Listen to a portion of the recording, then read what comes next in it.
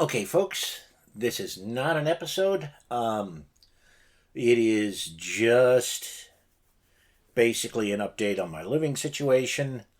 The good news is I ran into my landlord and he's willing to work with me, so I should be okay and able to keep a roof over my head for now. And I know what you're thinking. What does he mean by for now? Well, the landlord really dropping hints that he's planning on selling this place in the near future. And when I say in the near future, it could be a few months from now, or it could be a couple of years from now. I'm going to guess it's going to be a couple of years from now. And the reason I say that is I think his youngest kid will be out of college by then, and he's paying for the kids to go to college. So that I'm thinking, once the kids are out of college, he's selling the park and going on. This will put me in a terrible bind.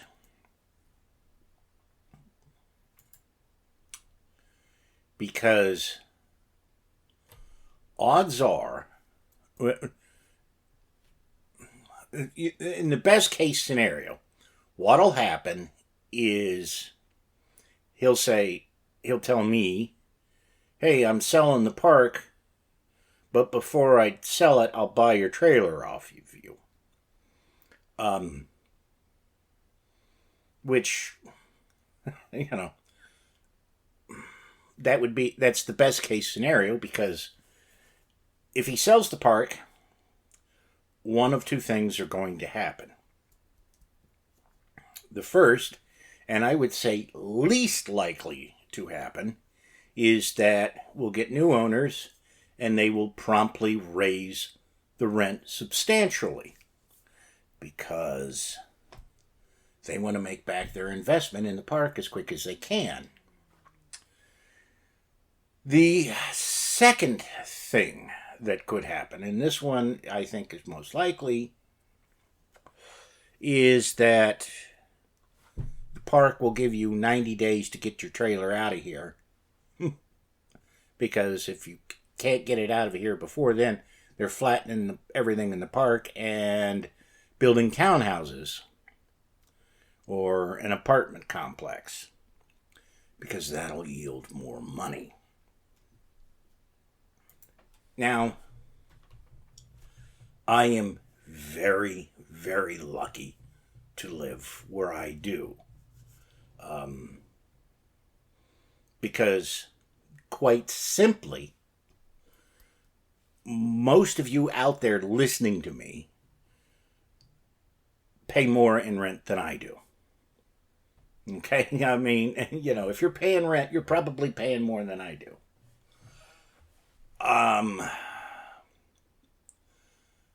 10 years ago, an efficiency apartment, and we're talking a shitty efficiency apartment, one room, was going for about double what my rent is now. Okay? And, I don't... that, and I don't know if that would even allowed you to have pets or not. But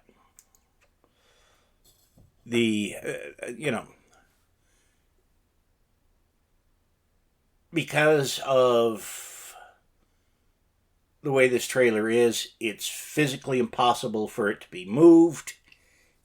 There's just no way that can be done, and have it, be anything other than a wreck once it's taken someplace. So it's not like if somebody buys the place, I can then move the trailer to somewhere else.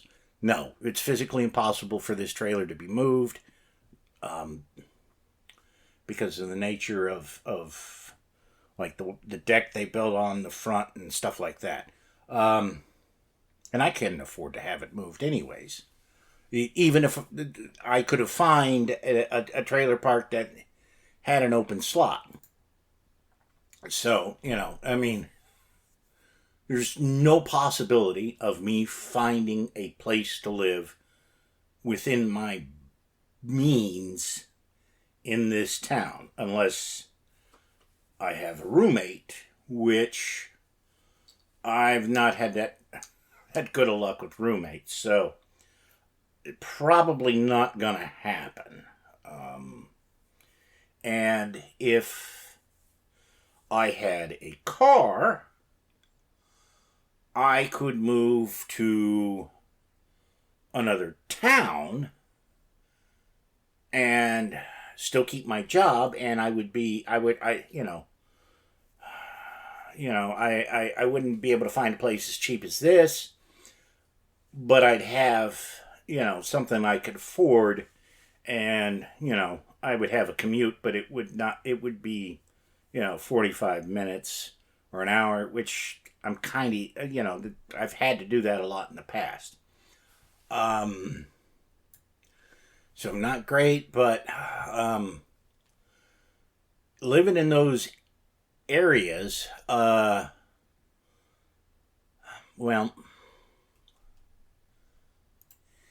in the past, I have joked that I don't live in Deliverance, but you can see it from here. Well, I would have to move to one of those places that is basically like Deliverance. That's a reference to the 1970s movie starring Burt Reynolds and a bunch of other actors.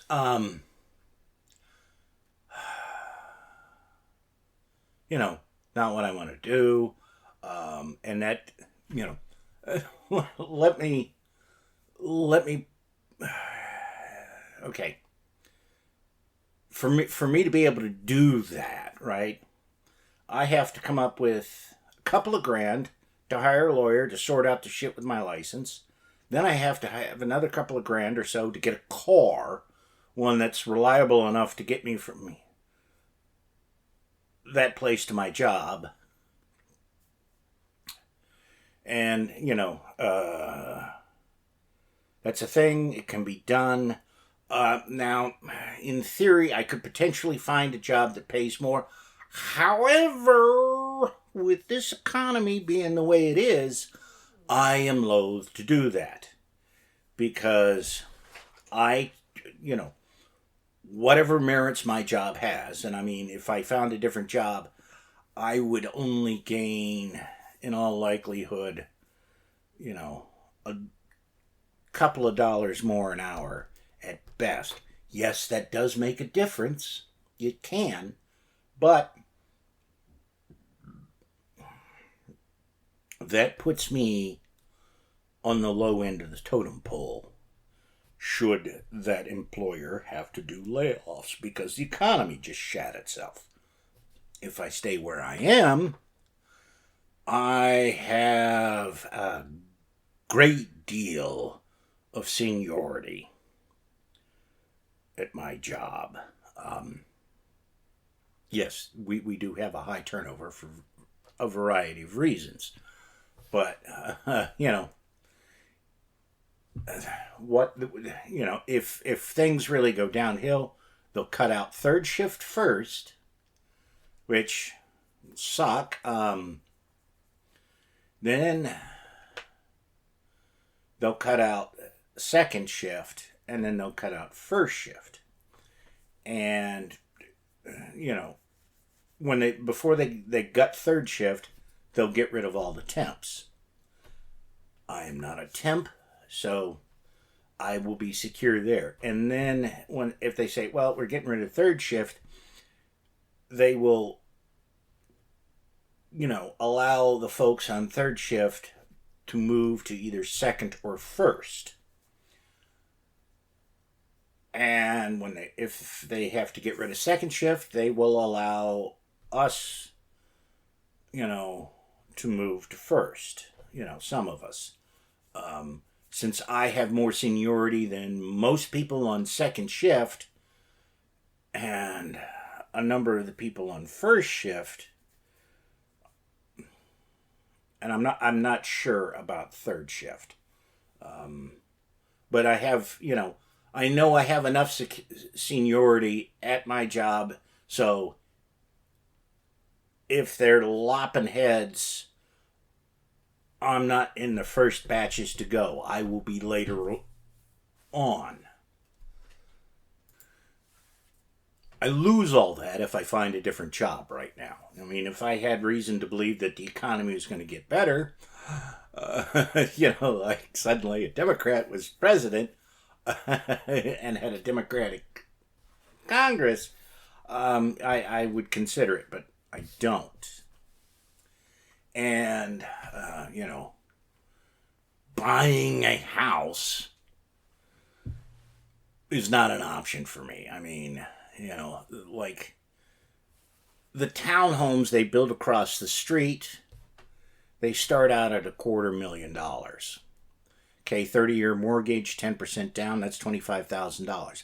I ain't got that. To put that into perspective, that's nearly what I paid for this trailer. And it took me 12 fucking years to pay that. And goddamn did I barely make it.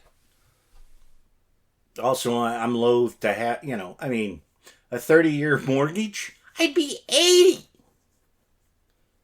In my 80s. Before I paid that fucker off. No. No, that is not viable at all. I mean, in theory, one thing that I could do is, if I had a car, got my license back, got a car, I could then, because Stanley Black & Decker has a facility near where my mom lives, I could transfer to there and move in with my mom and save money while I worked at Black & Decker. And in theory, my seniority would transfer with me, but I don't know for certain. My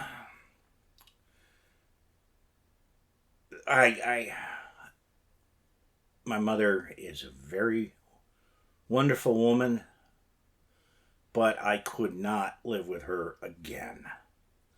I really couldn't. Under those circumstances, because, well, to put it simply, the tamest episode of this podcast would be too racy for my mom in terms of things like language and subject matter. She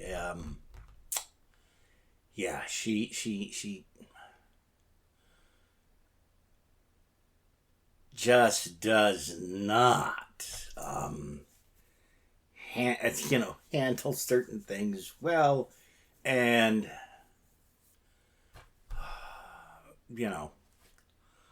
I can't go back to living a life like that where everything is bland and milquetoast. I'm sure I've mentioned on the podcast in years past how I went home for Christmas one year and thought, family might enjoy watching Mad Men. So let's pull it up and, on Netflix and, show it to everybody. Yeah, that didn't go over very well. It was just too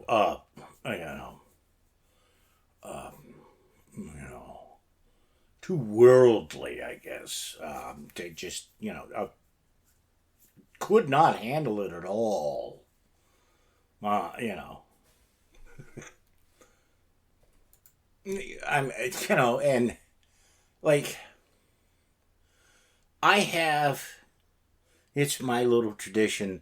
Every year on my birthday, I watch, you know, one of the things I do is I rewatch Star Trek The Wrath of Khan. And my mother can't understand why I'd want to watch a movie I have already seen multiple times. She just cannot grasp that.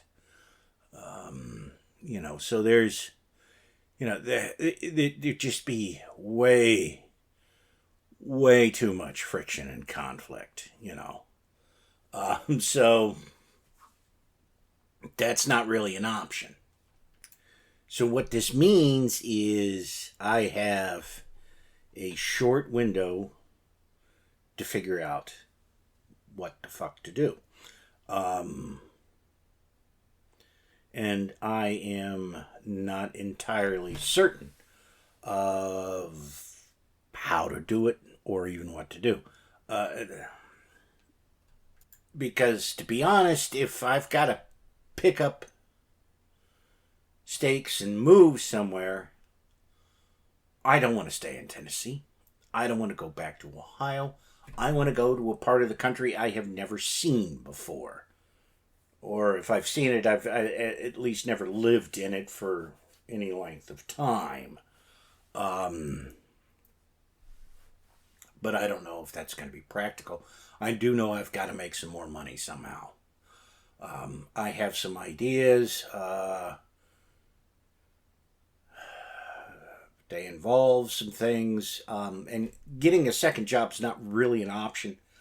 I mean, for starters, the only way it would really be practical for me is I would have to change shifts. I would either have to go to first shift or third shift. And actually, first shift would, you know, that would be the easier one in terms of finding something that I could work part time than doing third shift. And then, of course, I run into the problem that, oh, well, you know, I can't consistently predict when I'll have to work overtime, and if I don't show up at this job on overtime, I will eventually lose it.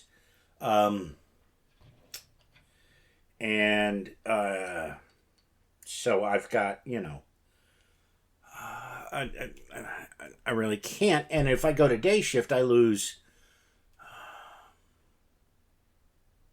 almost $80 a week. So any part-time job I would have to that I picked up if I went to days would not only have to pay, you know, enough to make it worthwhile, it would have to pay $80, you know, just for me to break even, it would have to pay a minimum of $80 a week, which in theory is possible, but, you know, I'm pushing 60, folks. I can't really do that easily. And in case you're wondering, the end of last month, beginning of this month, I finally got paid for all the ads on the podcast. It was a whole $20. Mind you, the hosting fees for the podcast are $25 a month. So I got almost a month free of hosting out of the deal. That's what I'm looking at in terms of that. Patreon support is more than that. Not much more, but it is more than that, and it is every month. But it's still not enough. But I am going to keep doing the podcast. But I have to do other things. And if anybody out there's got any ideas, I'd love to hear them because, you know, I have to take this seriously and I have to figure it out. And I got to do it quick. I've got to be prepared and be able to move metaphorically in a hurry.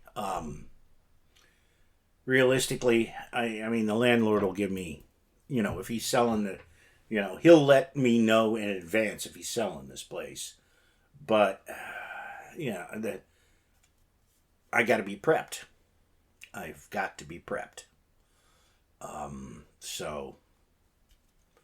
And right now, I mean, even if he gave me 3 months notice, I'm SOL. If he said, hey, I'm selling the park in 3 months, so you're going to have to find somewhere else to live. Everybody's going to have to find somewhere else to live because they're going to turn it into condos or whatever. I'm SOL. I mean, one possibility I have considered is basically building myself a Unabomber cabin that I can tow behind the bike and living out of that. Obviously not ideal, but, that's actually within my budget. And that is about the only thing within my budget. And of course, I have the issue that I have cats, and don't tell anybody. I mean, I wouldn't really, I can live without Nibbler, but I can't give up on Fuzznuts. And I don't want to really give up on Nibbler. I mean, he's an asshole. He's a bigger asshole than Fuzznuts ever was. Just a different kind of asshole. But, I mean, Nibbler's, a year old. So he wouldn't, he'd miss me for a little while, but it wouldn't be that traumatic. Fuzznuts, however, he's, gosh, 14 years old now. And I'm the only human he's known, consistently in all that time. If I can't, I can't abandon him, or, I mean, even if I gave him to a good home, he still wouldn't handle it very well. I mean, Lord, after Buttons died, he was, oh, God, that was horrible. If I gave him to somebody else, he that would probably kill the little guy. So I can't do that. But, I mean, folks, I'm laying it out here. I don't know. I don't know what I'm going to do, but I got to do something, and I got to do it fast. So I will have an episode out this weekend and some bonus material for folks this weekend for the Patreon supporters. But it's way past my bedtime, so I've got to be going. I will talk to you then, and as always, may science guide your path.